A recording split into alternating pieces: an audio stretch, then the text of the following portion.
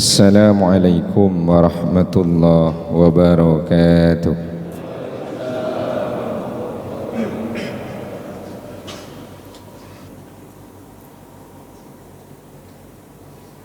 Allahu Akbar, Allahu Akbar.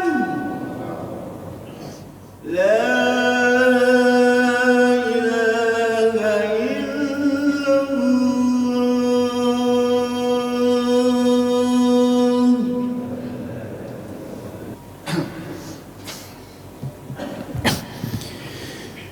إن الحمد لله نحمده ونستعينه ونستغفره ونعوذ بالله من شرور أنفسنا ومن سيئات أعمالنا من يهد الله فلا مضل له ومن يضلل فلا هادي له أشهد أن لا إله إلا الله وحده لا شريك له وأشهد أن محمدا عبده ورسوله لا نبي بعده اللهم صل وسلم وبارك على سيدنا محمد بن عبد الله وعلى آله وصحبه ومن والاه. قال الله عز وجل يا أيها الذين آمنوا اتقوا الله حق تقاته ولا تموتن إلا وأنتم مسلمون. وقال رسول الله صلى الله عليه وسلم اتق الله حيثما كنت وأتبع السيئة الحسنة تمحها وخالق الناس بخلق حسن. صدق الله العظيم وصدق رسوله النبي الكريم ونحن على ذلك من الشاهدين. أما بعد، معاشر المسلمين جماعة صلاة الجمعة رحمكم الله، أوصي نفسي وإياكم بتقوى الله فإن للمتقين مفازا. Alhamdulillah, mari sama-sama kita ucapkan sebagai bukti syukur lisan kita kepada Allah Subhanahu wa Ta'ala atas segala nikmat dan anugerah yang dilimpahkan pada kita, terutama yaitu anugerah dan nikmat terbesar iman Islam serta sehat dan sempat, sehingga kita bisa sama-sama hadir di Masjid Jami Al-Amanah ini untuk menjalankan kewajiban kita, yaitu solat Jum'ah berjamaah. Semoga niat, langkah dan rangkaian ibadah yang kita lakukan oleh Allah dicatat sebagai kebaikan. Amin ya rabbal alamin. Ma'asyiral muslimin rahimakumullah, sebelum khotib menyampaikan khutbah pada kesempatan ini, izinkan untuk mengingatkan sabda Nabi, idza qulta li sahibika ansit faqad lagat. Ketika khotib sudah di mimbar, siapapun dilarang berbicara, baik ke kanan, kiri, depan, belakang, faqad lagat, karena itu kesia-siaan. Termasuk sia-sia adalah yang tidur dan sibuk dengan handphone. Ma'asyiral muslimin jamaah salat Jumat rahimakumullah, tema khutbah kita pada kesempatan ini adalah ujian dan pembiaran dalam pandangan Al-Quran. Al-Quran tentu sebagai rujukan utama dan pertama memberikan penjelasan apa itu ujian, apa itu pembiaran, diberikan pada siapa ujian dan ditimpakan pada siapa itu pembiaran. Allah Subhanahu wa Ta'ala berfirman, ayat suratnya kita hafal, tabarakalladzi biyadihil mulku wa huwa ala kulli syai'in qadir alladzi khalaqal mauta wal hayata liyabluwakum ayyukum ahsanu amala. Bahwa Allah menciptakan hidup dan mati tak lain adalah untuk menguji. Tujuannya adalah siapa yang terbaik amalnya di antara umat manusia. Ujian tentu untuk menguji kualitas, ujian juga tujuannya menaikkan kelas. Oleh karena itu, siapapun orang yang beriman pasti oleh Allah diberikan ujian. Dalam surat lain Allah Subhanahu wa Ta'ala berfirman, ahasiban nasu ayyutraku ayyakulu amanna wa hum la yuftanun. Apakah akan dibiarkan orang-orang itu mengatakan kami beriman sementara mereka belum diberikan ujian? Jangan merasa beriman kalau kita tidak diberikan ujian oleh Allah Subhanahu wa Ta'ala. Sederhana, mahasiswa itu kalau dia aktif akan diberikan ujian, namun kalau dia tidak aktif kemungkinan itu adalah teguran maupun bentuknya adalah sanksi untuk dikeluarkan. Oleh karena itu kata Allah, siapapun yang ngaku beriman pasti diuji. Siap-siaplah menerima ujian. Walaqad fatannal ladzina min qablihim falaya'lamannallahu alladzina shadaku wa la ya'lamannal kadzibin. Sungguh telah kami uji orang-orang sebelum mereka yang ngaku beriman, baru ketahuan setelah diuji. Apakah mereka masuk orang yang jujur benar imannya atau masuk yang bohong? Fala ya'lamannallahu alladzina shadaku, disitulah baru ketahuan siapa yang jujur dan benar imannya, wala ya'lamannal kadzibin, dan ketahuan siapa yang bohong keimanannya. Ma'asyiral muslimin rahimakumullah, pertanyaannya, kita semua jelas mengaku bahwa kita beriman. Pertanyaan berikutnya, apakah kita sudah menerima ujian? Pertanyaan berikutnya, kalau diuji kita ini betul beriman atau bohongan? Oleh karena itu pasti kita diuji. Bentuk ujian dalam Al-Quran, dalam surat lain dinyatakan bismillahirrahmanirrahim, wa nabluukum bisyarri wal khairi fitnah. Pasti kami uji kalian bil syarri wal khairi fitnah, kadang bentuk musibah, kadang nikmat. Ayat ini ditafsirkan oleh Imam Ibnu Katsir dan juga Al-Qurtubi. Ibnu Katsir menyatakan lanakhtabirukum bil masaibi tarotan wa bin ni'ami tarotan. Pasti kami uji kalian, kadang bentuknya musibah, kadang bentuknya nikmat. Musibah itu apa yang ditimpakan Allah yang tidak kita harapkan, tidak kita sukai, dan itu tidak sesuai harapan. Nikmat itu tentu apa yang kita harapkan Allah berikan pada kita sesuai harapan. Oleh karena itu, bahwa bentuk musibah dan nikmat, enak tidak enak, sejatinya adalah ujian dari Allah Subhanahu wa ta'ala. Kalau diuji bentuk musibah, insya Allah kita sadar, merasa bahwa kita diuji. Kalau diujinya bentuk musibah, insya Allah kita sabar. Karena memang ujian kalau diuji musibah pilihannya dua, sabar atau putus asa. Ketika kita sabar berarti kita betul dalam keimanan. Ketika kita putus asa berarti kita ini bohong tentang keimanan. Oleh karena itu, bentuk ujian yang musibah seringkali tidak kita harapkan. Kalau menimpa kita, insya Allah kita sabar. Bahwa sakit, kekurangan harta, ditinggal orang tercinta, ditimpa petaka, itu adalah ujian, insya Allah sabar. Namun kalau tidak sabar, maka kita akan terjebak kepada keputusasaan. Sementara orang beriman itu dilarang oleh Allah untuk putus asa dari rahmat Allah Subhanahu wa ta'ala. Adakah contoh dalam Al-Quran? Ada. Kita kenal, namanya adalah Nabi Ayyub alaihi salam. Wa ayyuba idnada rabbahu anni massaniyad durruh wa anta arhamur rahimin. Dan ketika Ayyub bermunajat memanggil Tuhannya, anni massaniyad durruh, ya Allah aku ditimpa mudarat, wa anta arhamur rahimin, engkau adalah zat yang paling penuh cinta dan kasih sayang. Apa kata Allah? Fastajabna lahu, lalu kami ijabah, kami kabulkan permohonannya. Apa? Fakasafna babihi min durrin, mudarat yang menimpanya oleh kami tanggalkan. Itu Nabi Ayyub karena penuh kesabaran. Kita tahu kisah Nabi Ayyub bagaimana ujian Allah Subhanahu wa ta'ala.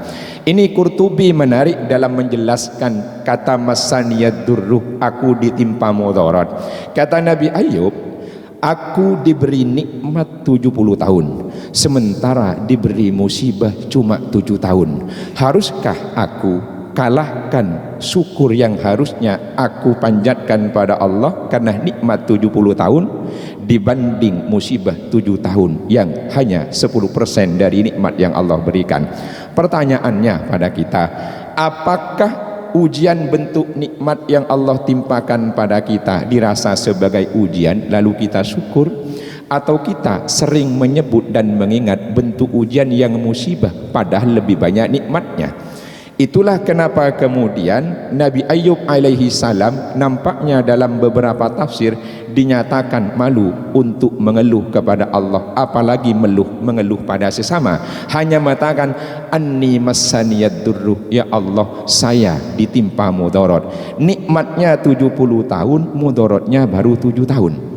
Sementara kita setahun belum tentu sakit, setahun mungkin sakitnya sekali, tapi kita melupakan bentuk nikmat yang Allah berikan pada kita.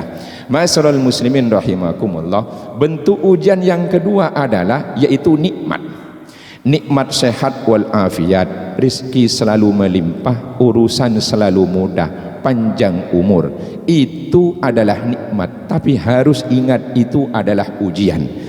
Pilihan kalau diuji oleh Allah berbentuk nikmat sehat wal afiat, urusan mudah, rizki melimpah, panjang umur, maka pilihannya dua, syukur atau kufur.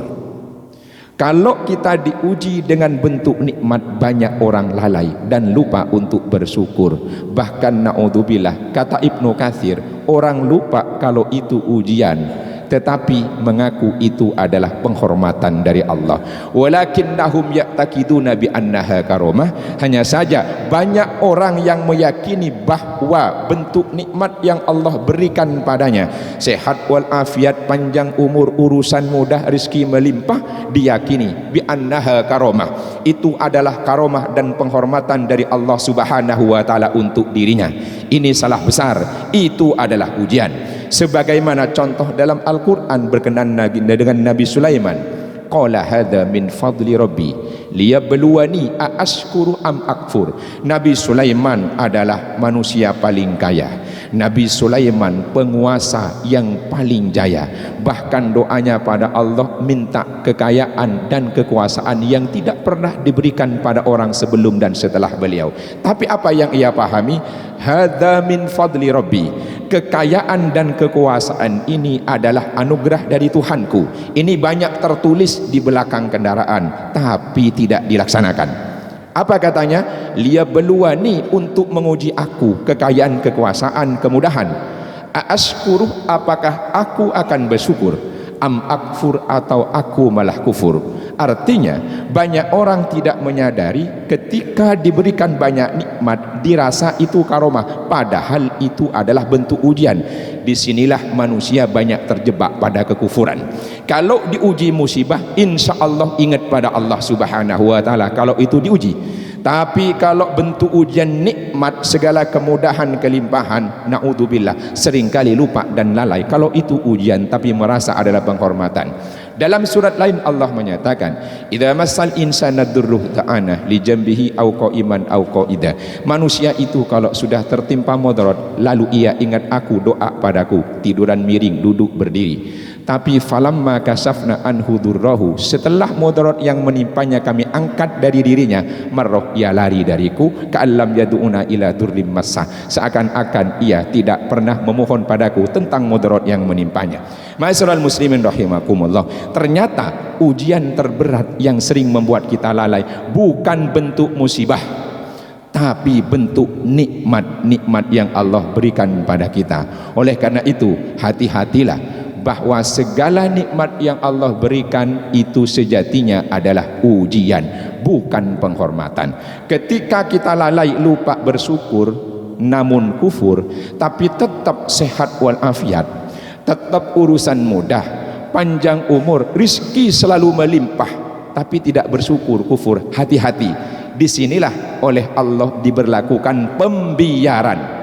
Sanastadrijuhum min haitsu la ya'lamun, akan kami terus istidraj, biarkan mereka tanpa mereka tahu dan mereka sadari. Kami berikan sehat wal afiat, tak pernah sakit, panjang umur, tidak pendek umurnya, urusan mudah, tak pernah susah, rizki melimpah, tak pernah kurang, tapi dia kufur, tidak bersyukur, dia maksiat. Hati-hati, itulah yang disebut dengan pembiaran. Sanastadrijuhum min haitsu la ya'lamun, naudzubillah, pembiaran yang Allah berikan pada kita tanpa kita sadar, tanpa kita tahu. Apa tujuannya? Kata Allah, innama numli lahum liyazdadu itsma, sengaja ku berikan kemudahan, panjang umur, urusannya selalu mudah, rezeki melimpah, tapi dia tidak bersyukur, kufur padaku, banyak maksiat. Apa kata Allah? Liyazdadu itsma, supaya dosanya terus nambah. Ma'asyiral muslimin rahimakumullah, mudah-mudahan bentuk ujian musibah kita sabar, bentuk ujian nikmat kita syukur. Karena kata Nabi, ajaban li amril mu'mini, sungguh menakjubkan orang beriman itu. Ida asobathu sarra'uh syakarah, kalau kemudahan, kelimpahan Allah berikan dia bersyukur. Wa ida asobathu dharra'uh sabarah, kalau musibah yang ditimpakan ia bersabar. Mudah-mudahan apapun yang Allah berikan pada kita, kesusahan, kesulitan kita sabar, kemudahan, kelimpahan kita syukur. Mudah-mudahan kita oleh Allah ditakdirkan mengikuti jejak Nabi Sulaiman alaihissalam. Amin ya rabbal alamin. Ma'asyiral muslimin rahimakumullah, demikian khutbah Jumat yang dapat khotib sampaikan. Semoga jadi pengingat buat khotib pribadi, jadi pengingat buat jemaah sekalian. Amin ya rabbal alamin. Wal asri innal insana lafi khusrin illa alladzina amanu wa amilus solihati wa tawasaw bil haqqi wa tawasaw bis sabr.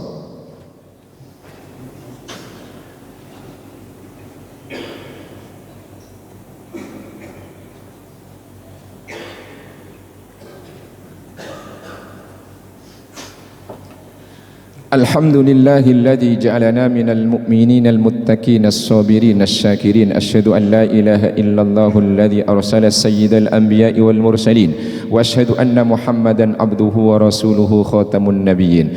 Allahumma shalli wa sallim wa barik ala sayyidina Muhammadin wa ala alihi wa sahbihi ajmain. Fa ya ibadallah ittaqullaha haqqa tuqatih wa la tamutunna illa wa antum muslimun. Fa ya ibadallah innallaha ya'muruna an nusalliya wa nusallim على رسولنا قائلا في القرآن الكريم إن الله وملائكته يصلون على النبي يا أيها الذين آمنوا صلوا عليه وسلموا تسليما. اللهم صل وسلم وبارك على سيدنا محمد وعلى آله وصحبه أجمعين. وارض اللهم عن الخلفاء الراشدين وبقية الصحابة والتابعين ومن تبعهم بإحسان إلى يوم الدين. اللهم اغفر للمسلمين والمسلمات والمؤمنين والمؤمنات الأحياء منهم والأموات. اللهم أعز الإسلام والمسلمين. اللهم انصرنا وإخواننا في فلسطين. اللهم اجعلنا من الصابرين. اللهم اجعلنا من الشاكرين. اللهم اجعل بلدتنا إندونيسيا بلدة طيبة وربا غفورا. ربنا اللهم اجعل هذا البلد آمنا وارزق أهله. ربنا آتنا في الدنيا حسنة وفي الآخرة حسنة وقنا عذاب النار والحمد لله رب العالمين. عباد الله إن الله يأمر بالعدل والإحسان وإيتاء ذي القربى وينهى عن الفحشاء والمنكر والبغي يعظكم لعلكم تذكرون. فاذكروا الله يذكركم واشكروا على نعمه يزدكم ولذكر الله أكبر. أقيموا الصلاة.